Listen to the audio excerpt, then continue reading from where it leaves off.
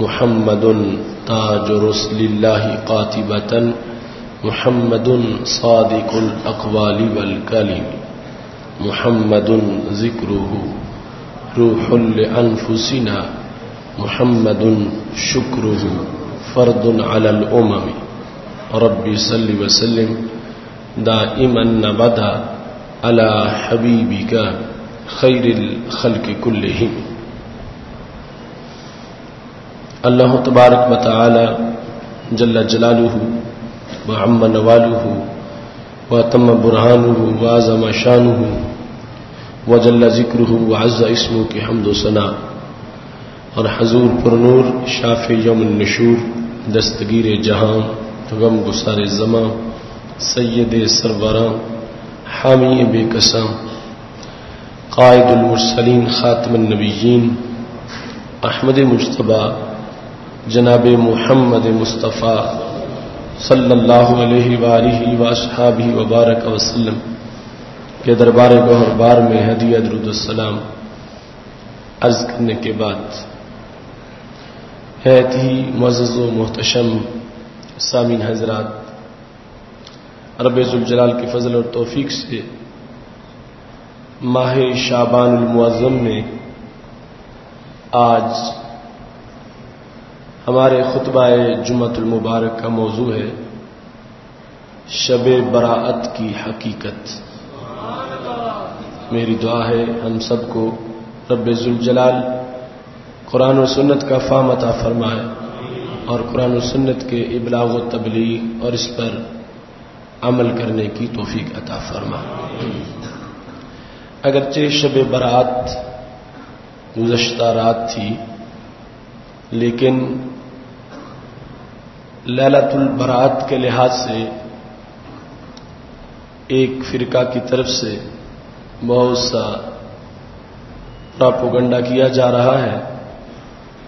اس رات میں نوافل پڑھنے کو بدعت قرار دیا جا رہا ہے، اور بعد والا دن جو آج کا دن ہے اس کے روزے کو بدعت قرار دیا جا رہا ہے، اور اس سے متعلق جو شرعی ثبوت ہے اس کا انکار کیا جا رہا ہے، اور روایات کو موضوع اور گڑھی ہوئی قرار دیا جا رہا ہے۔ یہ ان کے جو مختلف ماہنامے ہیں ان میں بھی ایسے متعدد مضامین چھپے ہیں، اور میرے پاس ایک ہینڈ بل گمنام سا پہنچا ہے جس میں کہا گیا کہ یہ لوگوں نے اپنی طرف سے سب کچھ بنایا ہوا ہے، اور اس میں یہ بھی لکھا تھا کہ عربوں میں اس کا کوئی تصور نہیں ہے، یہ بر صغیر کے لوگوں نے اپنی طرف سے اس رات کو ایسا درجہ دے دیا ہے اور اس کی عظمتیں گھڑ گھڑ کے بیان کر دی۔ تو یہ دورہ ستم ہے۔ ایک طرف تو ہمیں ایسے لوگوں کا سامنا ہے کہ جو اس رات کے تقدس کو ویسے پامال کرتے ہیں، پٹاخے چلا کر ڈیک بجا کر، ادھر سے اللہ کی رحمتوں کی برسات ہو رہی ہوتی ہے اور ادھر سے یہ لوگ اپنی خرمستیوں میں معاذ اللہ مصروف ہوتے ہیں، اور جو تقاضا ہے اس رات کا وہ تقاضا پورا نہیں کیا جاتا۔ اس رات کو میلے کی شکل دینے کی کوشش کی جاتی ہے۔ دوسری طرف سے اس رات جو نفل پڑھتے ہیں، دعائیں مانگتے ہیں، روتے ہیں، اپنے گناہوں کو یاد کر کے اللہ کے در رحمت پہ دستک دیتے ہیں، تو ان لوگوں کی اس ادا کو بھی قابل مذمت سمجھا جا رہا ہے، اور مسجدوں کو بند رکھنے کی تلقین کی جا رہی ہے کہ اس رات کو اپنے گھروں میں رہو۔ تو یہ دورہ فتنہ اس رات سے متعلق ہے، ایک طرف اس رات کے تقدس کو پامال کرنے والے، اور دوسری طرف اس رات کو دروازے بند کر کے لوگوں کو سنانے والے۔ ان دو فتنوں کے درمیان اہل سنت و جماعت کا موقف ہے کہ نہ تو یہ رات پٹاخے چلانے اور بھنگڑوں کی رات ہے، اور نہ ہی یہ رات دروازے بند کر کے سو جانے کی رات ہے۔ یہ رات بخشش، نجات، رحمت اور سعادت کی رات ہے۔ اس رات اللہ کو یاد کر کے اللہ سے اپنے گناہوں کی معافی مانگنی چاہیے اور بعد والے دن کا روزہ رکھنا چاہیے۔ اس سلسلہ میں چونکہ آج اس طبقے نے یہ سمجھ لیا ہے کہ ہم اپنے لٹریچر کی زور پر جو چاہیں لوگوں میں پھیلا دیں، اور یہی ہوتا ہے خالی و ذہن انسان جب بھی کچھ لکھا ہوا پڑھتا ہے تو وہ ہی نقش ہو جاتا ہے، اور جس وقت کوئی لکھنے والا خائن ہو حقائق کو مسخ کر کے پیش کرے تو عام قاری اس بات کو قبول کرنے پر مجبور ہو جاتا۔ تو یہ مختصر سی آج جو جمعہ کی گفتگو ہے وہ اس سلسلہ میں ہے کہ شریعت مطہرہ میں سید عالم نور مجسم شفیع معظم صلی اللہ علیہ وسلم نے جو اس رات کی عظمت بیان کی اور امت میں اس رات کو جو حیثیت حاصل رہی، اس کے لحاظ سے ہم اس رات کی حقیقت بیان کرنا چاہتے ہیں۔ اس رات کے متعدد نام امت میں مشہور ہیں، ان میں یہ روح المعانی شیخ محمود آلوسی بغدادی کی تفسیر ہے جس کی جلد نمبر 14 ہے۔ اس میں انہوں نے اس رات پر بحث کرتے ہوئے اس کے نام بتائے، کہتے ہیں یہ لیلۃ النصف من شعبان، یہ شعبان کی 15ویں رات ہے، وتسمى لیلۃ الرحمہ، اس کو لیلہ رحمت کہا جاتا ہے۔ اب یہ واضح ہے کہ رحمت کی رات جس میں عام راتوں کے مقابلے میں رحمتوں کا زیادہ نزول ہوتا ہے۔ واللیلۃ المبارکہ، اس کو لیلہ مبارکہ بھی کہا جاتا ہے، برکتوں والی رات، جس رات کو برکتیں دی گئی۔ ولیلۃ الصک، اور لیلۃ الصک بھی کہا جاتا ہے۔ صک کہتے ہیں وہ وثیقہ کہ جب حاکم کسی جگہ سے خراج وصول کر لے تو ان کو کلیئرنس کا جو لیٹر جاری کرتا ہے اس کو عربی زبان میں صک کہا جاتا ہے۔ جو محرب ہے چیک کا جو انگلش کا لفظ ہے، تو صک کا لفظ جو وہ اپنی انداز میں عربوں میں جو رائج تھا، وہ وثیقہ جو حاکم کسی کو اس بات کے طور پر دیتا ہے کہ اس نے اپنا حق ادا کر دیا ہے۔ تو لیلہ برات کو لیلۃ الصک اس لیے کہا جاتا ہے کہ رب ذوالجلال اپنے کچھ بندوں کو راضی ہو کے اپنی طرف سے یہ کلیئرنس لیٹر جاری کر دیتا ہے کہ فرشتوں، ان پر جو میرا حق تھا وہ انہوں نے ادا کر دیا ہے، لہذا یہ جنت کے وارث اور مستحق بن گئے ہیں۔ ایسے ہی اس رات کا نام لیلۃ البراءت ہے۔ عمومی طور پر اس کے تلفظ میں بھی کچھ لوگ غلطی کرتے ہیں، اسے شب بارات کہہ دیتے ہیں۔ تو بارات اردو کا لفظ ہے اور براءت عربی کا لفظ ہے۔ براءت کا معنی ہوتا ہے چھٹکارا، رہائی، تو یہ ہے لیلۃ البراءت، چھٹکارے والی رات، رہائی والی رات، نجات والی رات۔ اس رات کو رب ذوالجلال جیسے ابھی حدیث میں بیان ہوگا کروڑوں لوگوں کو جہنم سے بری کرتا ہے، تو اس بنیاد پر اس کو لیلۃ البرات کہا جاتا ہے۔ 5واں نام اس کا لیلۃ النصف من شعبان، شعبان کی آدھے مہینے کی رات یعنی 15ویں رات۔ امام غزالی رحمۃ اللہ علیہ نے مکاشفۃ القلوب کے اندر اس کے اور 2 ناموں کا بھی ذکر کیا ہے۔ آپ مکاشفۃ القلوب کے باب ثانی بعد المئہ یعنی 102 نمبر باب جو ہے اس میں اس رات کے بارے میں اللہ تعالی کی جو رحمتیں ہیں ذکر کرتے ہوئے یہ پورا فی فضل شعبان المبارک، شعبان مبارک کی جو فضیلت ہے اس کو ذکر کرتے ہوئے اس رات کے بارے میں کہا وَتُسَمَّى لیلۃ القسمہ، اس کو لیلہ قسمت بھی کہا جاتا ہے، تقسیم امور کی رات، تقسیم امور کی رات کہ اس میں مختلف امور اللہ فرشتوں کے سپرد کرتا ہے۔ اور اس کے علاوہ لیلۃ التقدیر، اس کو تقدیر کی رات بھی کہا جاتا ہے۔ اس کی وجہ بیان کرتے ہوئے امام غزالی رحمۃ اللہ علیہ نے عطا بن یسار سے یہ روایت کیا اذا كانت لیلۃ النصف من شعبان نسخ لملک الموت كل من يموت من شعبان الى شعبان، کہ ملک الموت کو اس شعبان سے لے کر اگلے شعبان تک جتنے لوگوں نے فوت ہونا ہے اللہ ان کا ریکارڈ عطا فرما دیتا ہے. تو اس بنیاد پر یہ لیلہ تقدیر بھی ہے اور لیلہ قسمت بھی ہے.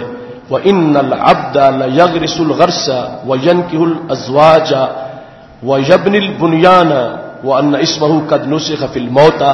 کہتے عجیب اتفاق ہے کہ ایک بندہ کھیتی کاشت کر رہا ہے، حالانکہ اس کے پکنے سے پہلے وہ فوت ہو جائے گا، کہ اس کا نام اس رات کو مردوں کی لسٹ میں شامل کر دیا گیا. اور وہ شادی کرتا ہے حالانکہ بچے کی ولادت سے پہلے وہ فوت ہو چکا ہوگا. وَيَبْنِي الْبُنْيَانَ اور گھر بناتا ہے حالانکہ وہ اس میں رہ نہیں سکے گا اور اس سے پہلے ہی وہ فوت ہو جائے گا. اس انداز کو بیان کرتے ہوئے امام غزالی رحمۃ اللہ علیہ نے اس کے ناموں کی وضاحت کی. کتب حدیث میں اس کے مستقل ابواب ذکر ہیں. جامع ترمذی میں امام ترمذی رحمۃ اللہ علیہ نے اس کا مکمل باب ذکر کیا، اور سنن ابن ماجہ جو سیاستہ میں جامع ترمذی کے بعد ہے اس میں بھی اس کا مستقل باب ذکر ہے. آج لوگ تصور دے رہے ہیں کہ یہ برصغیر کے لوگوں نے اپنی طرف سے گھڑ لی ہے اور عربوں میں یا شریعت میں اس کا کوئی تصور نہیں ہے، جبکہ یہ سنن ابن ماجہ کے اندر سید عالم نور مجسم شفیع معظم صلی اللہ علیہ وسلم کے ایک نہیں متعدد فرامین اس رات کے بارے میں موجود ہیں. حدیث نمبر 1388 بھی اس سے متعلق ہے، 1399 بھی اس سے متعلق ہے، 1390 بھی شب برات کے بارے میں ہے، اور 1391 بھی اسی کے بارے میں ہے.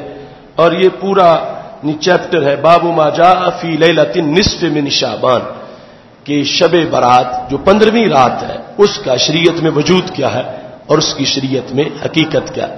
ابن ماجہ میں بھی یہ باب ہے اور جامع ترمذی میں بھی، یعنی صحاح ستہ میں سے 2 کتابوں کے اندر اس باب کا تذکرہ ان الفاظ میں موجود ہے.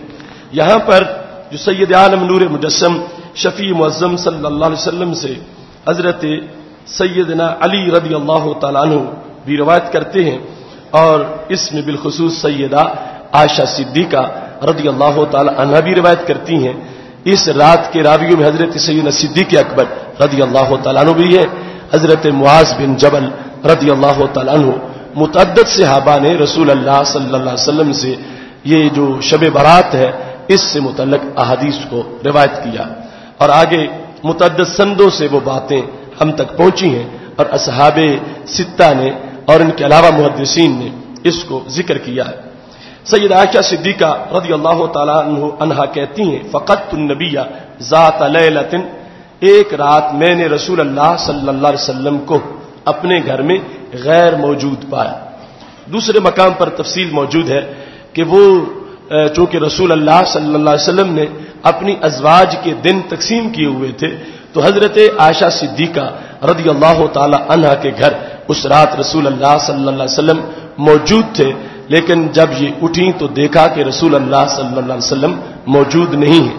تو کہتی ہیں میں باہر نکلی، فخرجت اطلبہ، میں آپ کو ڈھونڈتے ہوئے باہر گئی، فاذا ہوا بالبقیع، تو میں نے دیکھا کہ نبی اکرم صلی اللہ علیہ وسلم جنت البقیع میں موجود، بقیع کے قبرستان میں موجود ہیں.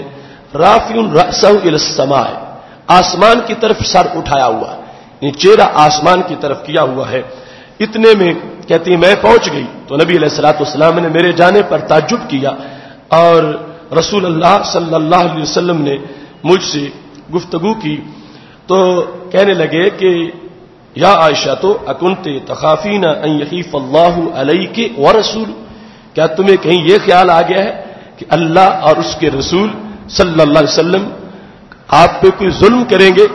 تو عائشہ صدیقہ رضی اللہ تعالی عنہا نے کہا نہیں، مجھے ایسا خیال نہیں آیا، میں آپ کو تلاش کرنے نکلی ہوں. تو سید عالم نور مجسم شفیع معظم صلی اللہ علیہ وسلم نے ارشاد فرمایا. اب یہ جملے اس رات سے متعلق ہمارے نبی علیہ السلام کے فرمودات میں سے ہیں. کیا فرمایا؟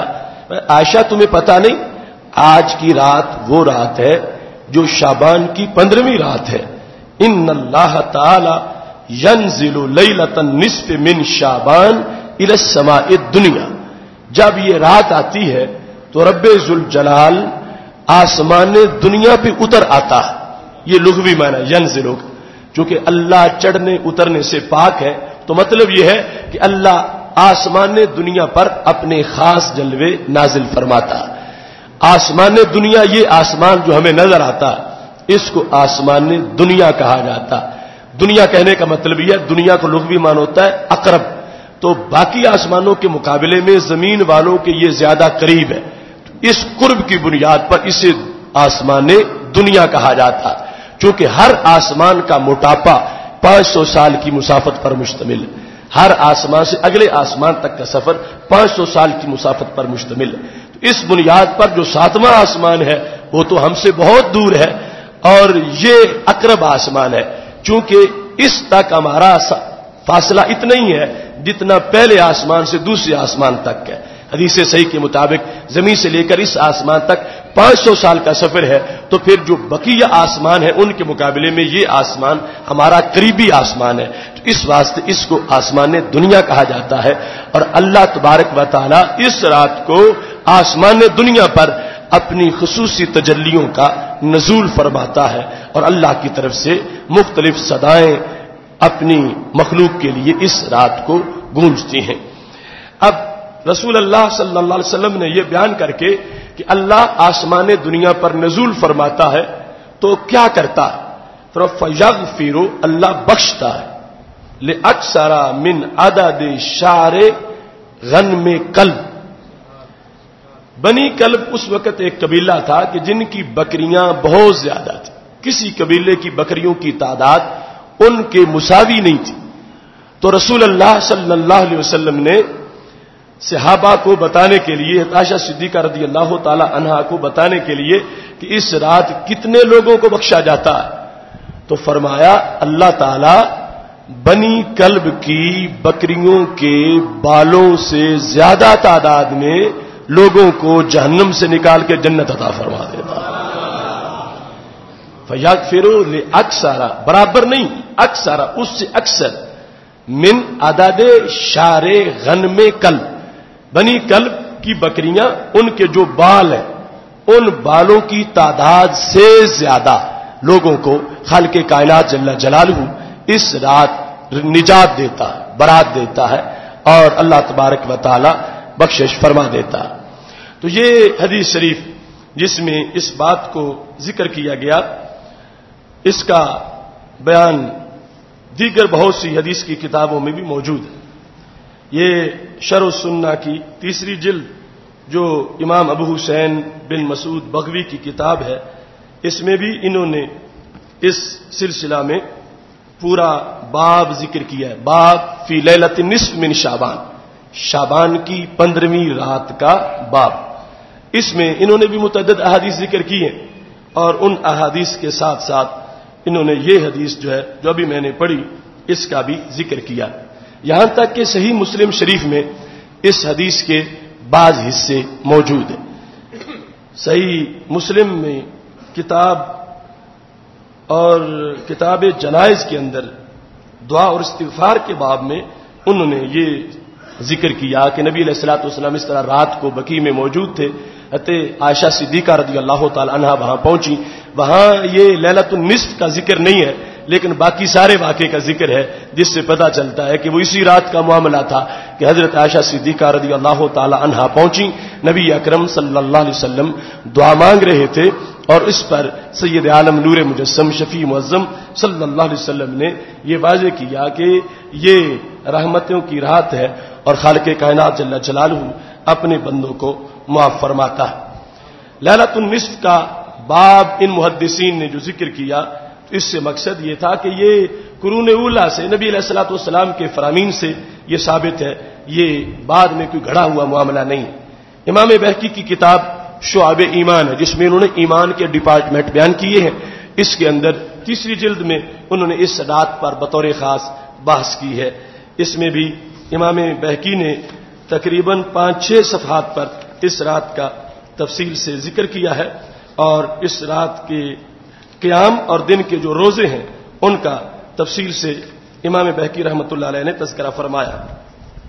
اس سلسلہ میں سید عالم نور مجسم شفیع معظم صلی اللہ علیہ وسلم کے فرامین کو ذکر کرتے ہوئے یہ باب انہوں نے کیا ما جاء فی لیلۃ النصف من شعبان، شعبان کی جو 15ویں رات ہے اس کے بارے میں حدیث میں کیا کیا آیا ہے، تو انہوں نے اس سلسلہ میں جو ذکر کیا، حدیث نمبر 3822 بھی اسی بارے میں، 3823، 3824، 3825، 3826 اور 3827، 3828، 3829، 3830 اور 3831 اور 3832، 3833 اور 3834، 3835 اور 3836 اس میں بطور خاص ذکر کی، اور متعدد اسناد کا ذکر کرتے ہوئے آخر 3837 سے لے کر باب کے اختتام تک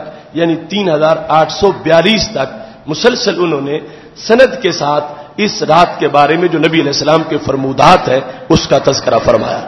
اب دیکھو امام بہقی جیسا امام، انہوں نے اس رات کی اہمیت کے لیے اس قدر اتنی احادیث اور اتنی اسناد کے ساتھ انہوں نے اس سلسلہ میں ذکر کیا، اور یہاں تک کہ اسی حدیث کا کچھ حصہ امام بہقی نے یوں بھی بیان کیا کہ عائشہ صدیقہ رضی اللہ تعالی عنہا کہتی ہیں کہ قام رسول اللہ صلی اللہ علیہ وسلم من اللیل یصلی، کہ نبی اکرم صلی اللہ علیہ وسلم رات کو اٹھے، آپ نے نفل پڑھے، فاطال السجود، سجدہ بہت لمبا کیا، کتنا لمبا؟ کہتی ہیں حتی ظننت انہ قد قبض، یہاں تک کہ مجھے تو یہ وام ہو گیا کہ نبی علیہ السلام کا سجدے میں وصال ہو گیا، اتنا طویل سجدہ تھا، میں انتظار کرتی رہی کہ ابھی سر اٹھاتے ہیں، ابھی سر اٹھاتے ہیں، لیکن سید عالم صلی اللہ علیہ وسلم کا وہ سجدہ بہت طویل تھا، اور اس پر جب مجھے وام ہو گیا، ظنن تو میں نے گمان کیا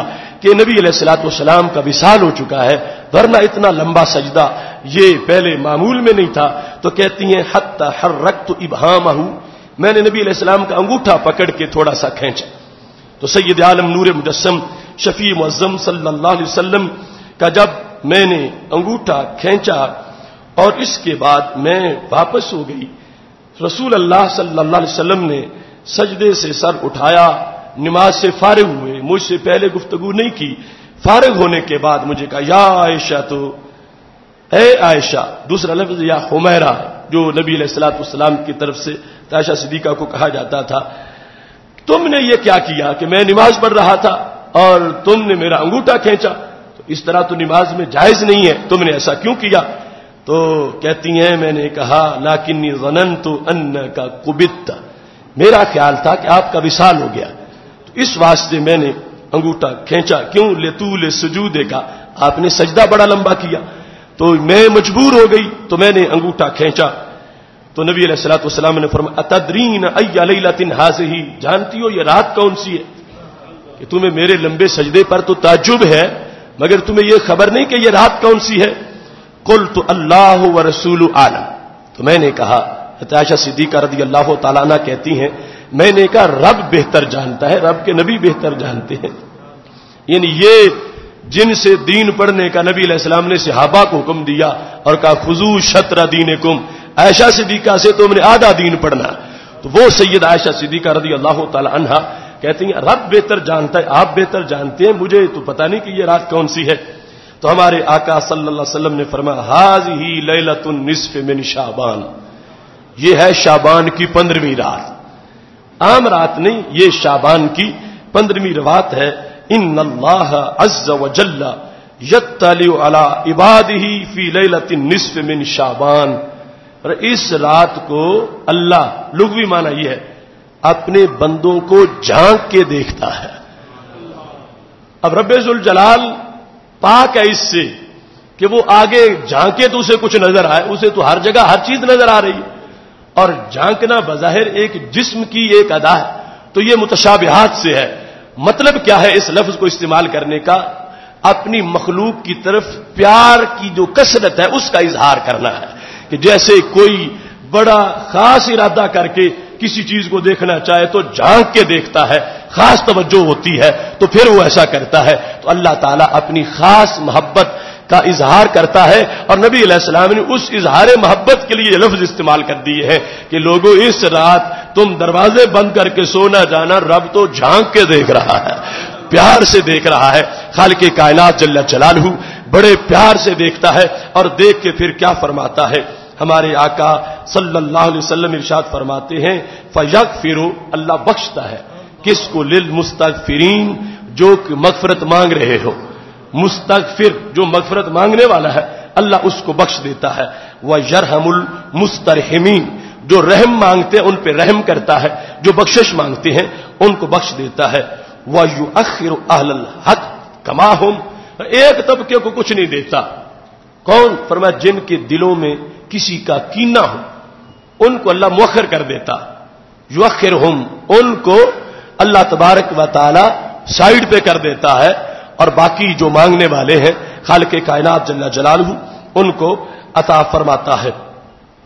اب یہاں اس مقام پر جو اس بہقی شعب ایمان کے شب برات کے باب میں حدیث نمبر 3835، اس میں کچھ اور مضمون بھی آ گیا اور سید عالم نور مجسم شفیع معظم صلی اللہ علیہ وسلم کی طرف سے عام راتوں کے مقابلے میں جو اس کا اہتمام آپ نے خود کیا اور پھر امت کو بتا دیا تو پتہ چلا کہ اس رات کی ویلیو کے پیش نظر رات کو مسجد میں آ جانا، نفل پڑھنا، گھر میں جاگنا، دعائیں مانگنا، بندگی کرنا، قبرستان چلے جانا، یہ سارے امور ہیں کہ جن کا تذکرہ یہاں پہ کر دیا گیا ہے.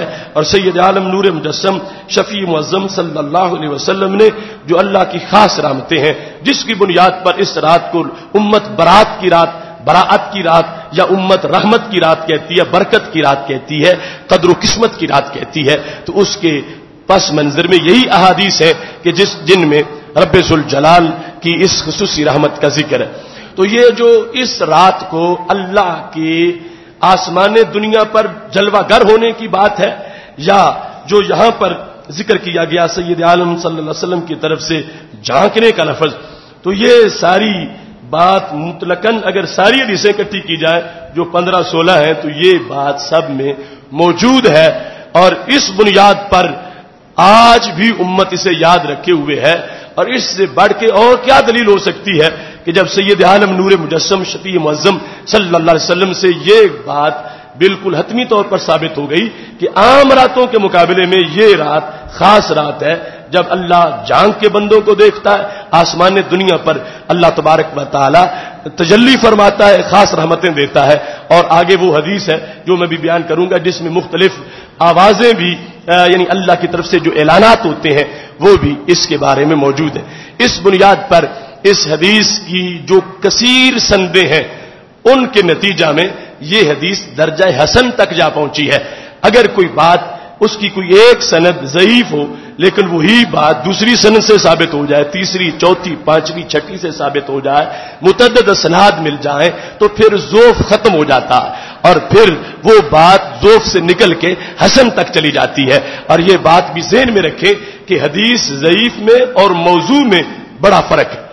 موضوع ہوتی ہے گھڑی ہوئی اور وہ کسی بنیاد پر کام نہیں دیتی، اس کو ماننا ناجائز ہے کہ وہ قول نبی نہیں کہ جس کو قول نبی کہا جا رہا وہ موضوع ہے. لیکن حدیث ضعیف بھی اگر ہو تو اس کے بارے میں یہ تمام اصول حدیث کے ماہرین کا ضابطہ ہے کہ ضعیف حدیث فضائل اعمال میں معتبر ہوتی ہے. ضعیف حدیث سے عمل کی فضیلت ثابت ہو جاتی ہے، ضعیف حدیث فضائل اعمال میں معتبر ہوتی ہے. تو یہ لوگوں کا پروپیگنڈا ہے کہ جو کہیں کہ اس سلسلہ میں روایات موضوع ہیں، نہیں، موضوع نہیں ہے. اللہ کے آسمان دنیا پر جلوہ کرنے والی حدیثیں متعدد ہیں اور وہ درجہ حسن بھی، وہ ضعیف بھی نہیں ہے. اور جہاں تک ذوف کا تعلق ہے تو اس رات میں جو بندگی ہے اور اس رات کی جو فضیلت دوسرے مقام پر ثابت ہے اس کی بنیاد پر اس میں نفل پڑھنے سے، بندگی کرنے سے، دعائیں مانگنے سے یہ حدیث اگر اس کا ذوف مان بھی لیا جائے وہ ذوف روکتا نہیں ہے کیونکہ لوگوں نے اپنی طرف سے گھڑا نہیں ہے. اصل میں صحابہ کے لحاظ سے تو حدیث کی قسم ہی ایک تھی اور نہ اس میں کوئی دوسری بات تھی کہ جنہوں نے نبی علیہ السلام کی زبان سے خود سن لیا ہے وہ قرآن کی آیت کی طرح قطعی ہے ان کے لحاظ سے. ہم تک پہنچنے میں درمیان میں واسطے میں راوی آ گئے، راویوں کی اوصاف ان کی چیزیں آ گئیں. تو اس پر ایک تو امت کا تعامل دلیل ہے، جس طرح میں نے تمہارے سامنے کتاب الروح سے ابن قیم کی طرف سے یہ حوالہ پیش کیا تھا کہ جو وہ حدیث تلقین ہے بعد التدفین، مردے کے ساتھ تلقین کی جو نبی علیہ السلام نے حدیث بیان کی، اس میں ابن قیم نے لکھا اس حدیث کی سند میں اگر کسی کو کوئی ضعف نظر آئے پھر بھی اسے چھوڑا نہیں جائے گا، کیوں؟ امت ہر صدی میں اس پہ عمل کرتی رہی ہے، تو امت کے عمل سے بھی چیز جو ہے وہ پکی ہو جاتی ہے، مستحکم ہو جاتی ہے۔ تو اس بنیاد پر ایک تو کثیر الاسناد، اس میں بہت زیادہ اس کی سندیں ہیں، اوپر محور جو صحابہ ہیں وہ بھی متعدد ہیں، صرف ایک راوی نہیں، اور متعدد صحابہ اس کی روایت کرنے والے ہیں، اور پھر تعامل ہے، اور اس میں پھر جو کر رہے ہیں کوئی اٹھ کے کوئی ڈاکہ نہیں ڈال رہے، چوری نہیں کر رہے، بنگڑے نہیں ڈال رہے، نفل ہی پڑھ رہے ہیں، رب کو یاد کر رہے ہیں، اللہ سے دعا مانگ رہے ہیں۔ تو اس بنیاد پر اب اس دعا سے، اس بندگی سے لوگوں کو روکنا یہ شیطان سے تعاون ہو سکتا ہے، یہ دین کی کوئی خدمت نہیں ہو سکتی۔ یعنی وہ حالات کی جس میں لوگ جو ہے وہ چکلوں کی طرف گئے، لوگ کلبوں کی طرف گئے، لوگ مختلف قسم کے ایسے خرافات کی طرف بڑھ گئے، اب جن لوگوں کو اللہ کے گھروں میں بلا لیا گیا اور انہوں نے نفل پڑھنے شروع کر دیے، ان پر بھی بدعت کے تیر مارنا اور انہیں گھروں کو واپس لوٹانا یہ اسلام کی کوئی خدمت نہیں ہے۔ ان لوگوں کی حوصلہ افزائی کرنی چاہیے جو شیطان کے پھندے سے نکل کے رحمان کے گھر میں سجدے کر رہے ہیں۔ اس سلسلہ میں ابن ماجہ شریف کی جو دوسری حدیث شریف ہے جس میں اس رات کی بطور خاص بندگی کا اور آج کے دن کے روزے کا ذکر ہے، اس حدیث کے راوی حضرت سیدنا علی رضی اللہ تعالی عنہ اور متعدد صحابہ اور بھی اس کے راوی ہیں۔ رسول اللہ صلی اللہ علیہ وسلم ارشاد فرماتے ہیں، یہ ابن ماجہ میں حدیث نمبر 1388 ہے، رسول اللہ صلی اللہ علیہ وسلم نے ارشاد فرمایا اذا کانت لیلۃ النصف من شعبان، جب شعبان کی 15ویں رات آ جائے تو کیا کرو؟ قوموا لیلہا، تو اس رات کا قیام کرو، شعبان کی 15ویں رات کا قیام کرو، وصوموا نہارہا، اور اس کے بعد جو دن ہے اس کا روزہ رکھو۔ سید عالم نور مجسم شفیع معظم صلی اللہ علیہ وسلم نے قوموا لیلہا وصوموا نہارہا کا حکم فرمایا، اور پھر یہ فرمایا ان اللہ ینزل فیہا لغروب الشمس الی سماء الدنیا، اس رات کو اللہ غروب آفتاب کے ساتھ ہی آسمان دنیا پہ جلوہ کر دیتا ہے۔ ویسے ہر رات کچھ وقت ایسا ہے مگر وہ آخری شب کا وقت جب اللہ کی رحمت آواز دیتی ہے، لیکن اس رات کا خاصہ کیا ہے؟ ہمارے نبی علیہ السلام ارشاد فرماتے ہیں ان اللہ ینزل فیہا لغروب الشمس، غروب شمس کے ساتھ ہی اللہ کی طرف سے خاص جلوے آسمان دنیا پر آ جاتے ہیں۔ تو کیا ہوتا ہے؟ فیقول، اور رب کہتا ہے الا من مستغفر لی فاغفر لہ، کوئی نہیں جو مجھ سے مغفرت مانگے، الا کیا نہیں ہے کوئی مستغفر جو مغفرت مانگے، فاغفر لہ تو میں اس کو بخش دوں۔ یعنی یہ اللہ کی طرف سے جو بخشش کا اعلان ہے اس کا کمال انداز ہے، کوئی نہیں، یعنی جیسے اللہ تعالی بہت چاہتا ہے بخشنا، ایک تو بندے کہیں بخش دے، وہ کہنے وقت نہیں، ٹائم نہیں، پھر دیکھوں گا، وہ کہتا ہے کوئی نہیں کہ جو بخشش چاہے تو میں بخش دوں۔ یہ پہلا اعلان شب برات کو مغرب کے بعد، الا من مستغفر فاغفر لہ، کوئی نہیں کہ جو مغفرت چاہتا ہو کہ میں اس کو بخش دوں، حالانکہ اس کے سارے سامنے ہیں، جو چاہتے ہیں وہ بھی سامنے ہے، جو نہیں چاہتے وہ بھی سامنے، وہ سب کو دیکھ رہا ہے، مگر اس نے آواز دی اور ہمارے نبی علیہ السلام نے سن کے ہمیں سنا دی۔ ہمیں تو سنائی نہ دیتی، ہمارے کان اس لائق نہیں ہے، یہ ہمارے آقا صلی اللہ علیہ وسلم کا فرمان ہے کہ اس رات کو اللہ کی آواز سنی اور سن کے صحابہ کو سنا دی اور صحابہ سے ہم تک پہنچی۔ ہمیں اپنے سننے پر جو آج لوگوں کی بولیاں سنتے ہیں ہمیں اتنا یقین نہیں جتنا نبی علیہ السلام کے سنے ہوئے پہ یقین ہے۔ خالق کائنات فرماتا الا میں مستغفر لی فاغفر لہ، کوئی نہیں جو مغفرت چاہتا ہو تو میں اس کو بخش دوں۔ الا مسترزق فارزقہ، کسی کو رزق کی ضرورت نہیں کہ میں اس کو رزق دے دوں، یہ اللہ کی طرف سے اعلان ہے۔ الا مبتلا فاعافیہ، کوئی نہیں جو بیماری میں پس رہا ہو تو میں اس کو شفا دے دوں۔ الا مبتلن، جو مبتلا ہو، مصائب میں مسائل کا شکار ہو، مختلف مصیبتوں کے اندر جکڑا ہوا ہو اور رہائی چاہتا ہو، کوئی نہیں جو مجھ سے کہے تو میں اس کو بخش دوں، اس کو رہائی دے دوں، نجات دے دوں۔ اب دیکھو یعنی اللہ کی طرف سے جو یہ آواز ہے، ہم تو مائل با کرم ہیں کوئی سائل ہی نہیں، راہ دکھلائیں کسے کوئی راہرو منزل ہی نہیں۔ وہ تو غروب آفتاب سے ہی طلوع فجر تک مسلسل اس کی طرف سے آواز ہے۔ اب آگے لوگ کہ ہمیں ضرورت نہیں، یہ لفظ نہ بولے، دروازہ بند کر کے سو جائیں تو مطلب یہی نکلے گا۔ ادھر کہہ کہ رزق کی تلاش ہے جسے مجھے کہو میں رزق دینے کو تیار ہوں، اور مانگنے والا کہ نہیں آج کی رات مانگنا ہے ہی بدعت، میں نہیں مانگتا۔ وہ کہتا ہے کوئی مغفرت چاہے میں مغفرت دینے کو تیار ہوں۔ تو اب رب ذوالجلال کا تو ویسے بھی فرمان ہے، وہ فرماتا اذا سألک عبادی عنی فانی قریب، میرے محبوب جب تجھ سے میرے بندے میرے بارے میں پوچھے تو کہو میں دور نہیں، میں تو قریب ہوں۔ اجیب دعوت الداعی اذا دعان، جب بھی کوئی مجھ سے دعا کرے میں سنتا ہوں، قبول کر لیتا ہوں۔ اذا دعان۔ اور دوسرے مقام پر فرمایا وقال ربکم ادعونی استجب لکم، تمہارے رب نے کہا ہے، یہ قرآن کی آیت ہے، تمہارا رب کہتا ہے تم مانگو میں تمہیں عطا کروں گا۔ تو اس کا تو ویسے بھی دروازہ کھلا، اور یہ رات پھر خاص رات ہے۔ اب ان لوگوں کے پاس دلیل شریعت سے کیا ہے جو اس رات کی عبادات اور دعاؤں سے روک رہے ہیں کہ رب کا تو ویسے بھی دروازہ کھلا ہے، یہ رات نہ ہوتی اور لوگ اگر اکٹھے ہو جاتے دعائیں مانگنے کے لیے، رب سے بھیک مانگنے کے لیے، تو کون کہتا کہ آج نہ مانگو آج ناگا ہے؟ نہیں، رب کا تو ہمیشہ دروازہ کھلا ہے۔ اور پھر آج کی رات کے بارے میں جو گزشتہ رات تھی تو یہ ہے کہ وہ مسلسل غروب آفتاب سے یہ اعلان کر رہا ہے اور اس کی طرف سے یہ مسلسل آواز آتی ہے۔ تو پھر جو اپنا خیر خواہ ہو، اپنی ذات سے مخلص ہو، اسے پھر آج کی رات جو گزر گئی تھی اس سے بائیکاٹ نہیں کرنا چاہیے، بلکہ اس میں جو بندہ جتنا مانگ سکتا ہے، اور یہ طریقہ ہے کہ اس سے ویسے مانگے پھر بھی امید دے دے، اور 2 سجدے کر کے مانگے تو پھر زیادہ امید ہے۔ نفل پڑھ لے، تلاوت کر لے، درود و سلام پڑھ لے، اس کا ذکر کر لے، تو یہ ساری چیزیں تو اس کے در رحمت پہ دستک دینے کی تمہید ہے۔ اس بنیاد پر جو فرمان ہے ہمارے آقا صلی اللہ علیہ وسلم کا قوموا لیلہا وصوموا نہارہا، رات کو قیام کرو اور اس کے بعد کا جو دن ہے روزہ رکھو، یہ حکم بھی ہے اور اس کے بارے میں اوصاف بھی بیان کر دیے کہ اس رات کیا کیا ہوتا ہے۔ اس بنیاد پر اہل سنت و جماعت شروع سے ہی اس رات کا اہتمام کرتے ہیں۔ باقی یہ حدیث شریف جو سند کا اس کا ذوف ہے، اس کے باوجود اس مقام پر یہ دلیل اس لیے ہے کہ ہم اس حدیث سے کوئی لیلۃ البرات کا قیام فرض نہیں ثابت کرنا چاہتے اور اگلے دن کا روزہ ہم واجب نہیں ثابت کرنا چاہتے۔ ہمارے نزدیک رات کا قیام بھی نفل ہے، دن کا روزہ بھی نفل ہے، نہ وہ قیام فرض ہے اور نہ ہی روزہ فرض ہے۔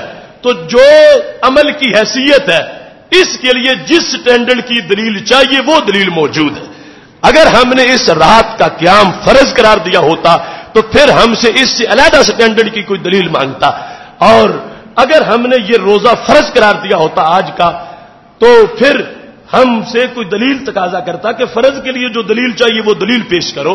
ہم نے نفل سمجھا ہے اور نفل کی دلیل ہم پیش کر رہے ہیں، وہ رات کا قیام ہے اور وہ دن کا روزہ ہے۔ اور باقی اس حدیث کو اگر کوئی موضوع کہتا ہے تو وہ جھوٹ بولتا ہے، یہ موضوع ہرگز نہیں ہے، یہ گڑی ہوئی نہیں ہے، یہ اپنی حیثیت میں اتنی حیثیت رکھتی ہے کہ اس رات کے قیام کو بھی ثابت کر سکتی ہے اور دن کے صیام کو بھی ثابت کر سکتی ہے، اور پھر اس کے ساتھ امت کا تعامل ہے جس سے یہ بات چلتی چلتی آج تک ہم سب پہنچی ہے۔ ہر زمانے کے ائمہ، اب میں صرف چند کتابیں لایا ہوں، یہ مسلسل اس سلسلہ میں کتب میں ابواب موجود ہے، یہ امام منذری کی الترغیب و ترہیب ہے، انہوں نے بھی اس سلسلے میں پورا باب ذکر کیا ہے، اور تفاسیر تو بہت زیادہ ان کے اندر اس مضمون کو بیان کیا گیا۔ اور یہاں پر یہ جو اس سے علاوہ امور ہیں، مثال کے طور پر یہ کہ مختلف امور کے فیصلے ہوتے ہیں اور مختلف امور فرشتوں کے سپرد ہوتے ہیں، اس طرح کا جو مضمون بیان کیا پہلے امام غزالی سے، اس کو باقاعدہ سند سے شعب ایمان کے اندر ذکر کیا گیا ہے، اور اس میں بھی متعدد احادیث جو ہیں ان کے ساتھ ساتھ یہ چیز بھی بیان کی گئی کہ خالق کائنات جل جلالہ جن کو نہیں بخشتا ان کی مختلف قسمیں ہیں، اور ساری حدیثیں اکٹھی کریں تو پھر وہ مضمون پورا ہوتا ہے. ایک جگہ پہ کا سب کو بخش دیتا ہے, مشرک کو نہیں بخشتا. ایک جگہ پہ کا سب کو بخشتا ہے, مشاہن کو نہیں بخشتا, یعنی جس کے دل میں کینہ ہے کینے والے کو نہیں بخشتا. ایک میں کہا گیا مگر زانی کو نہیں بخشتا, باقی سب کو بخش دیتا ہے. تو مطلب یہ واضح ہوا کہ رب ذوالجلال کی طرف سے اس رات کے مختلف انعامات ہیں جن میں خالق کائنات جل جلالہ اپنے بندوں کو نوازتا ہے اور بندوں کو اپنے طرف سے فضل عطا کرتا ہے. حضرت ابو بکر صدیق رضی اللہ تعالی عنہ سے جو مروی ہے وہ کہتے ہیں فیغفر لکل مؤمن الا العاق, سب کو بخش دیتا ہے مگر جو ماں باپ کا نافرمان ہو اس کو نہیں بخشتا. اس طرح کی متعدد فرامین اس سلسلہ میں موجود ہیں.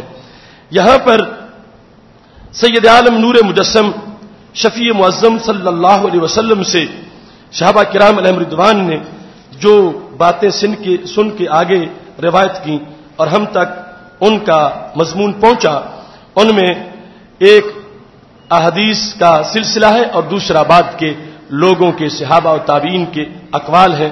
3839 نمبر پر جو سند ذکر کی, یہ مختلف نمبر جو میں نے آپ کے سامنے پہلے ذکر کیے ہیں, ان میں عثمان بن محمد بن مغیرہ بن اخنس ان کا یہ قول ذکر کیا گیا تقطع الآجال من شعبان الى شعبان, شعبان سے لے کر شعبان تک اجل جو مرنا ہے کسی کا اس کا فیصلہ ہوتا ہے. ان الرجل لینکح ویولد له وقد خرج اسمه فی الموتى, انسان کی شادی ہوتی ہے اس کا بچہ بھی پیدا ہوگا حالانکہ اس کا نام مردوں میں لکھ دیا گیا ہے. اس سلسلہ میں قاضی ثناء اللہ پانی پتی رحمۃ اللہ علیہ نے تفسیر مظہری میں اس موضوع پر گفتگو کرتے ہوئے اس کا ایک حتمی خلاصہ ذکر کیا. چونکہ شب قدر جو ہے جو رمضان میں ہے اس کے بارے میں بھی ایسا مروی ہے کہ اس میں بھی فیصلے ہوتے ہیں, تو پھر ان دونوں راتوں کے اندر تطبیق کیا ہے. اور تیسرا شرعی طور پر ہمارا یہ عقیدہ ہے کہ رب ذوالجلال نے تو سب کچھ ازل میں لکھا ہوا ہے, تو جب ازل میں لکھا ہوا ہے تو اس رات پھر فیصلہ کس چیز کا ہوتا ہے یا قدر کی رات کو فیصلہ کس چیز کا ہوتا ہے. تو ان ساری باتوں کو سمجھنے کے لیے یہ ذہن میں رکھیں کہ ایک ہے اللہ کا علم اجمالی اور ایک ہے علم تفصیلی. وہ ازل میں کائنات کے لیے ہر چیز کے لیے رب ذوالجلال نے اجمالاً ہر چیز لکھ دی, اور باقی جو کچھ ہونا ہے تفصیل بھی ہر چیز کی اللہ کے علم میں ازل میں ہی موجود تھی. لیکن آگے جو اس کی کتابت کروائی, اس کے مختلف جو دفتر تیار کروائے اور خالق کائنات جل جلالہ نے جن جن فرشتوں کی ڈیوٹیاں لگائیں, اس کے لحاظ سے آگے مختلف اوقات جو ہیں ان کی تفصیل کی گئی. کیونکہ اللہ نے کہا ہے قرآن مجید میں فالمدبرات امرا, کچھ فرشتے ایسے ہیں کہ جن کو اللہ نے تدبیر امور ان کے سپرد کیا ہوا ہے. حالانکہ لا یعود حفظہما, زمین و آسمان کا چلانا رب کو تھکاتا نہیں, وہ اکیلا سب کچھ کرتا, لیکن اس نے پھر بھی فرشتوں کو کچھ نظام سونپے ہوئے ہیں کہ فرشتوں کے ذمے ہے تو نے بارش برسانی ہے, تو نے لوگوں کی روحیں قبض کرنی ہے. اس طرح کے یہ اللہ کے معاون نہیں ہے, وہ کسی کی مدد سے پاک ہے, اسے کسی کی کوئی حاجت نہیں ہے, لیکن اس نے فرشتوں کے ذمے شعبے لگائے ہوئے ہیں. اب اپنے علم اجمالی کے بعد علم تفصیلی میں جو لوگوں کے سال بھر کی باتیں ہیں, جو واقعات ہوں گے, حادثات ہوں گے, جو بارشیں اتریں گی, جو پیدا ہوں گے, جو فوت ہوں گے, یہ ایک تفصیل اس رات میں اس علم اجمالی سے جدا کی جاتی ہے. اور پھر قدر کی رات میں اللہ تبارک و تعالی متعلقہ فرشتوں کو وہ رجسٹر عطا کر دیتا ہے کہ یہ سال کا تمہارا شیڈول ہے, سال بھر تم نے اس کے مطابق آگے کام کرنا ہے. تو اس بنیاد پر یہ رات بھی اہم رات ہے اور وہ قدر کی رات بھی اہم رات ہے, اور دونوں کی طرف جو امور منسوب ہو گئے تو اس میں غلط کوئی بات بھی نہیں ہے.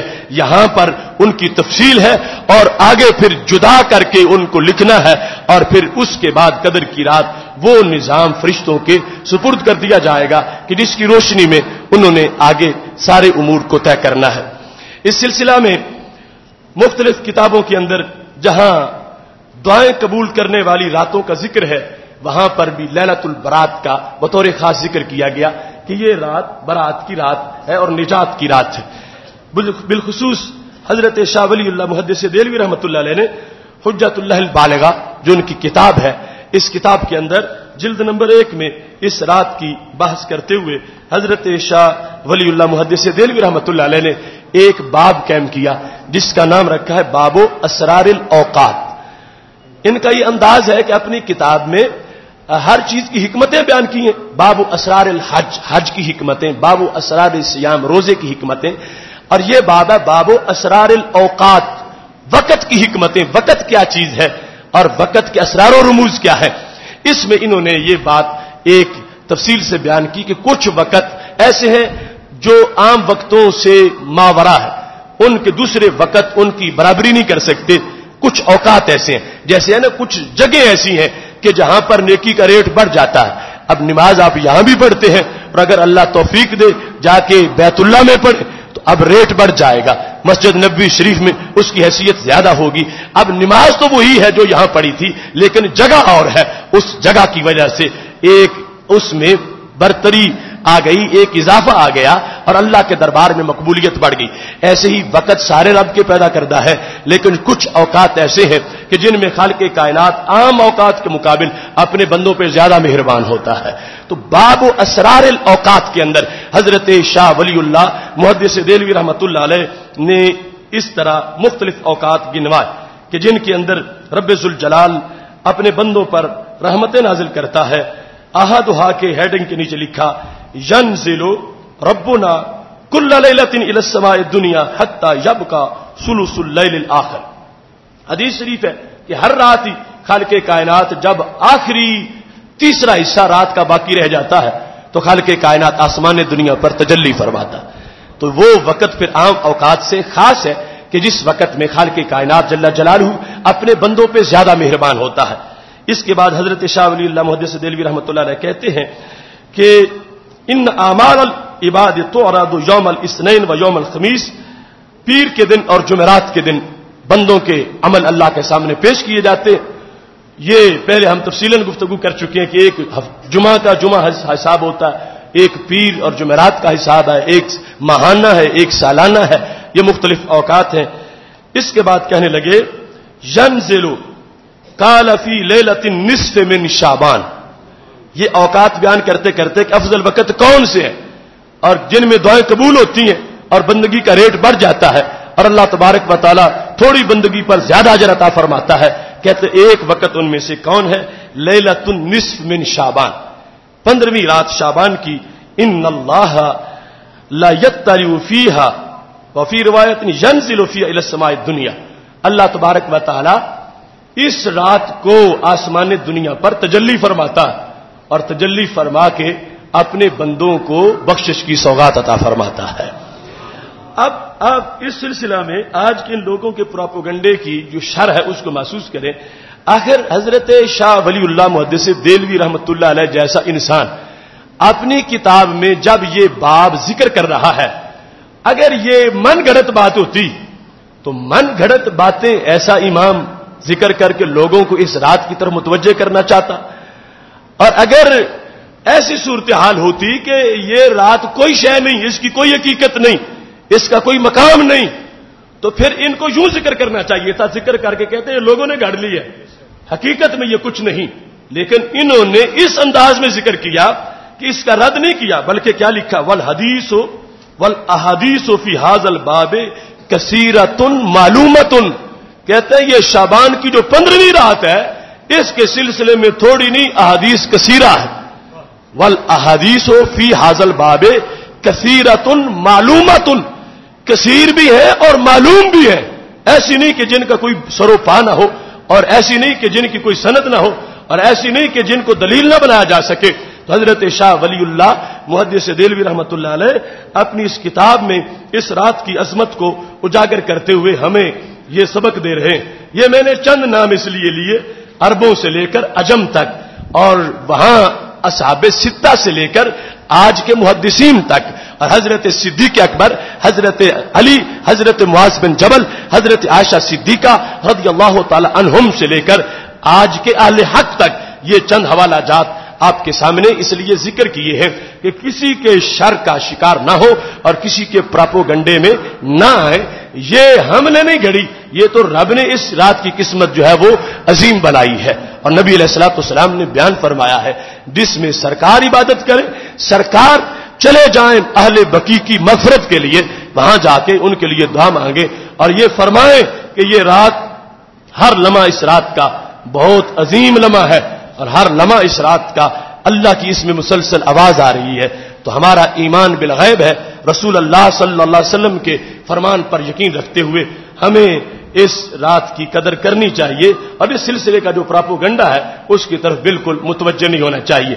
ہاں، اس رات کو اگر کوئی یہ سمجھتا ہے کہ میں پٹاخے چلاؤں گا تو مجھے ثواب ملے گا، کوئی یہ سمجھتا ہے کہ میں ڈیک لگاؤں گا تو مجھے ثواب ملے گا، کوئی یہ سمجھتا ہے کہ اس رات کو میں کوئی بھنگڑا ڈالوں گا تو مجھے ثواب ملے گا، اس طرح کی چیزیں اس رات کے ساتھ جو اٹیچ کرتا ہے تو اس بندے نے ظلم کیا، اس نے شریعت کو نہیں سمجھا، وہ اس رات کی قدر نہیں جانتا، اور ان چیزوں کی شریعت نے کوئی اجازت نہیں دی، اور نہ ہی ان باتوں کا نبی علیہ السلام نے کوئی حکم فرمایا.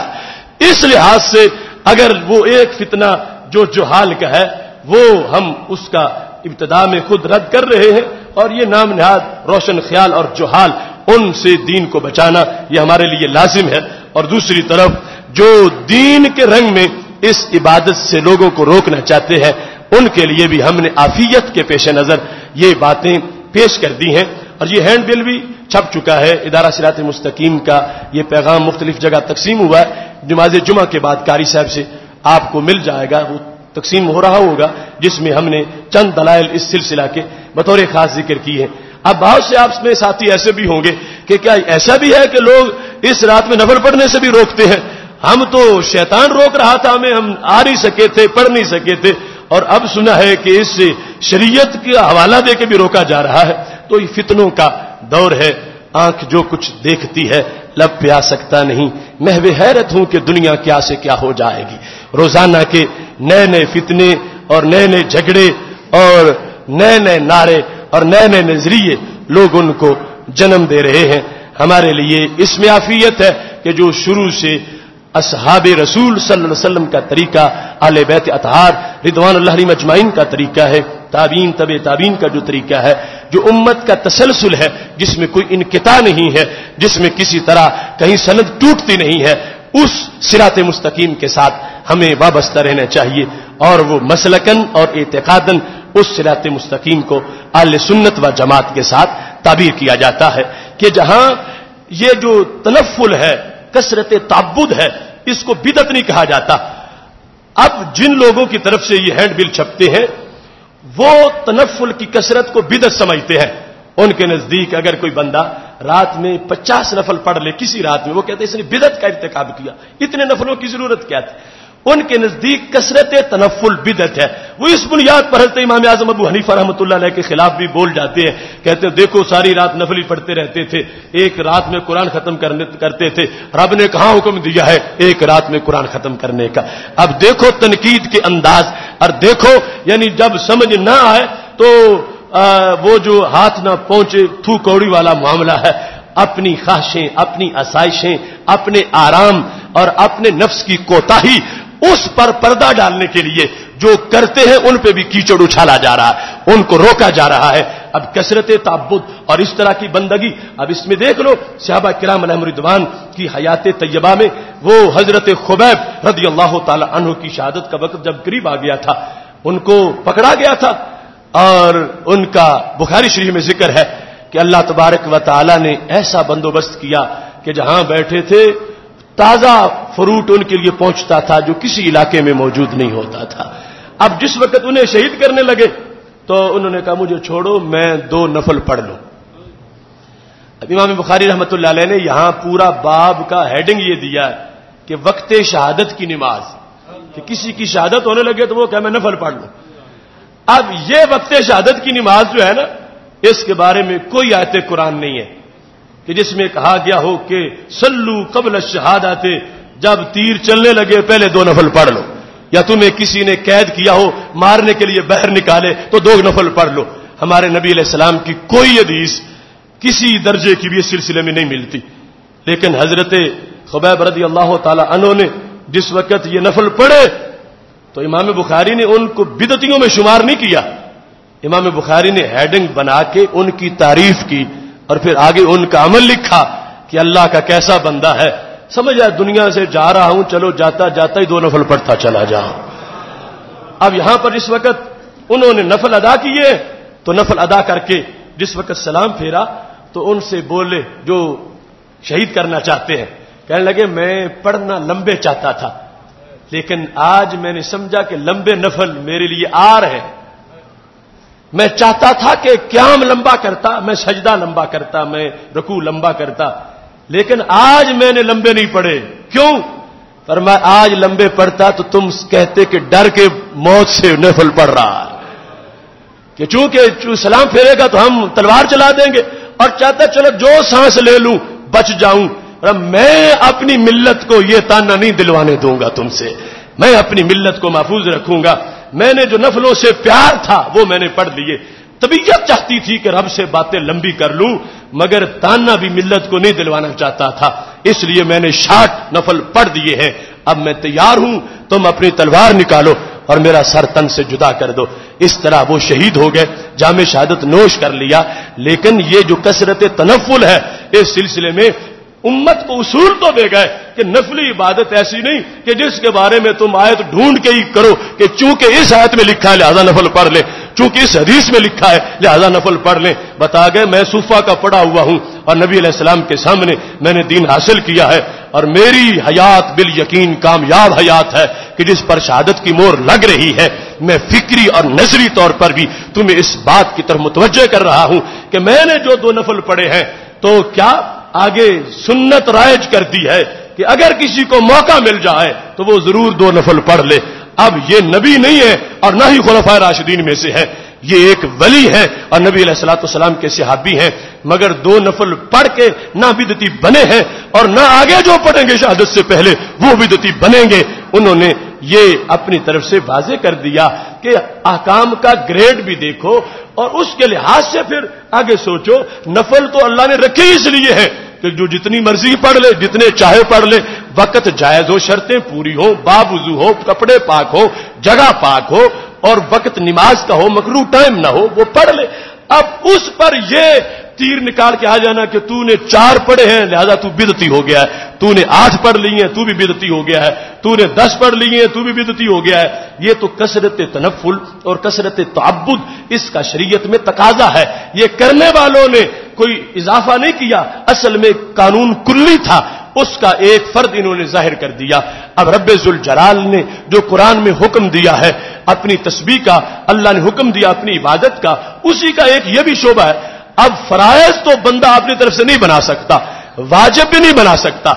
آج یہ لوگ تقریریں کرتے ہوئے لوگوں کو مثالیں دیتے ہیں ایسے امور سے روکنے کے لیے کہ دیکھو اب 4 فرض ہیں تو کوئی کہے کہ میں 6 پڑھوں گا تو اب وہ 2 اس کے قبول نہیں ہوں گے. اس نے ناجائز کیا، اس نے ظلم کیا، اس نے دین کو بدلنے کی کوشش کی. تو میں کہہ رہا ہوں فرض کو فرض سمجھو، نفل کو نفل سمجھو.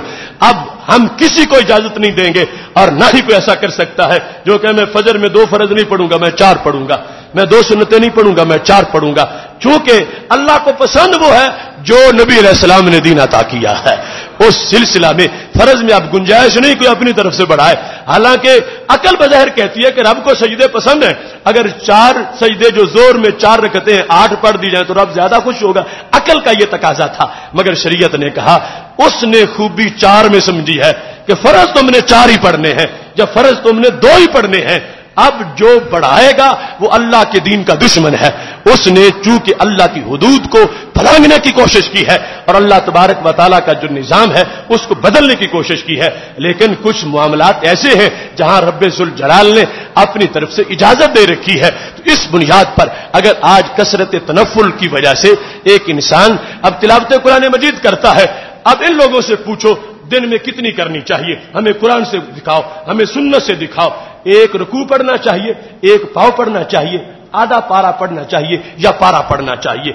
اس کا ہمیں کوئی شیڈول حدیث سے دکھا دو تو نہیں دکھا سکیں گے.